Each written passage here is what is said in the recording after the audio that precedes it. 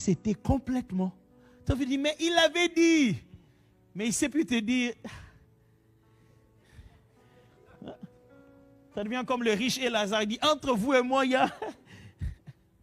Écoutez-moi, mes frères, vous ne pouvez pas réussir dans la vie sans vous séparer de votre lit. Vous réveillez de votre lit, c'est comme si vous étiez scotché. Sortir du lit seulement. Je voulais encore dormir.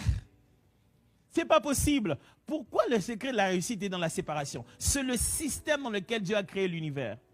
Lisez le livre de la Genèse. Dieu crée le ciel et la terre, c'est en forme vide. Et qu'est-ce qu'il fait? Il dit que la lumière soit. Dès que la lumière est là, il se met à travailler. Il y avait des œufs de dessus et les œufs de dessous. Et là, il a placé un firmament pour séparer les œufs de dessus et les œufs de dessus. Et il a séparé la lumière et les ténèbres. Il a appelé les lumières jour et les ténèbres nuit. Regardez tout le reste du travail. Il ne fera que des travaux de séparation et d'organisation. La séparation, c'est de l'organisation dans ta vie. Quand Dieu te sépare de gens, il organise ta vie. Quand Dieu te sépare de certains endroits, de certains milieux, de certaines choses, il est en train de réorganiser ta vie. Aujourd'hui, c'est nous qui disons à Dieu, je préfère mes amis que la réussite. Si Dieu leur donnait à eux les occasions qu'il a données à toi, il te lâcherait à une vitesse. Oh, je vous assure. Ah, ça, moi, j'ai appris ça durement. Une fois, un jour, on était en classe. Moi, j'étais toujours au premier banc en classe. Hein. Et des fois, tu as des amis. Voilà, on ne choisit pas toujours tous les amis. Il y a toujours un collègue qui aime déranger pendant qu'on enseigne. Et pendant qu'on enseigne, il a quitté là où il était, il est venu s'asseoir à côté de moi. Oh, j'avais une enseignante qui nous enseignait la science. Cette dame, elle était de fer. Elle a entendu un peu de bruit. Cette tournée, elle n'a même pas tenu compte des circonstances atténuantes. Elle regardait un peu la réputation et le record de l'enfant. Elle n'a pas regardé un peu mon crédit pour voir si j'ai déjà dérangé dans la vie. Je ne sais pas qu'est-ce qui s'était passé avec son mari à la maison ces jours-là. Mais elle a tout jeté sur nous. Elle a dit, levez-vous. On s'est levé, nous a mis nous deux. Elle a dit, je ne vais pas vous taper. Toi, tu le gifles. À tour de rôle. Toi, tu le gifles. Et puis... lui, il te gifle. Mais je pense que cette dame m'a donné la plus belle leçon de ma vie. Des fois, on se dit comme ça, cette personne, elle est mauvaise. Non, elle m'a donné la plus belle leçon de ma vie. Elle a intentionnellement, c'est là que j'ai compris qu'en réalité, elle savait que je me suis laissé influencer. Elle voulait me donner la plus grande leçon de la vie. Elle m'a demandé à moi de gifler d'abord. Moi, je me suis dit, c'est un ami qui voulait juste me taquiner. Je vais juste le gifler en passant. Et puis, ça va passer.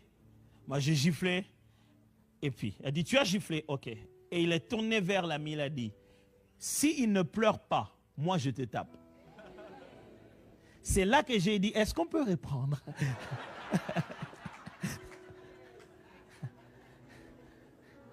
C'est là qu'elle m'a montré la leçon. Il dit, tu vois en réalité,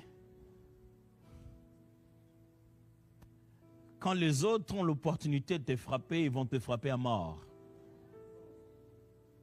C'est toi qui joues avec la vie. Et je regardais l'ami pour lui faire signe que non, quand même, à la base, c'est ta faute. Tu ne vas pas quand même me frapper. Tu ne vas pas me frapper comme ça. Elle était en train de m'enseigner en me disant, les autres, pour se protéger, ils sont prêts à te sacrifier. Et quand ils viennent te distraire dans la vie, tu les laisses faire. Le moment où ça sera pour leurs propres intérêts, il va te marcher dessus.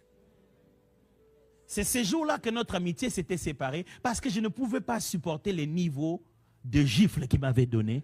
À partir de ces jours-là, j'ai dit non, c'est aujourd'hui, c'est fini. À partir d'aujourd'hui, on ne se parle plus. Tu ne peux pas comme ça cogner ton ami. Tu m'as cogné comme un ennemi. Mais il a regardé la dame qui avait déjà le bois en main en se disant, je vais te frapper fort. Et il s'est dit, ah! Il ne s'est même pas excusé. Il ne m'a même pas fait signe genre, écoute, c'est pour la bonne cause. Rien. C'est ça la vie, mes amis. Les jours où il a quelque chose, j'ai entendu dire, on appelle ça matière. Les jours où il a une matière sur toi, il va balancer, disent-ils, sur YouTube. Il va balancer sur TikTok. Et toi, tout ce que tu as comme plaisir, c'est de rester avec l'un. Oh mon ami, c'est pas ton ami. Ça peut changer n'importe quand. C'est pas ton ami et tu le sais. Tu le sais au fond de toi, c'est pas ton ami.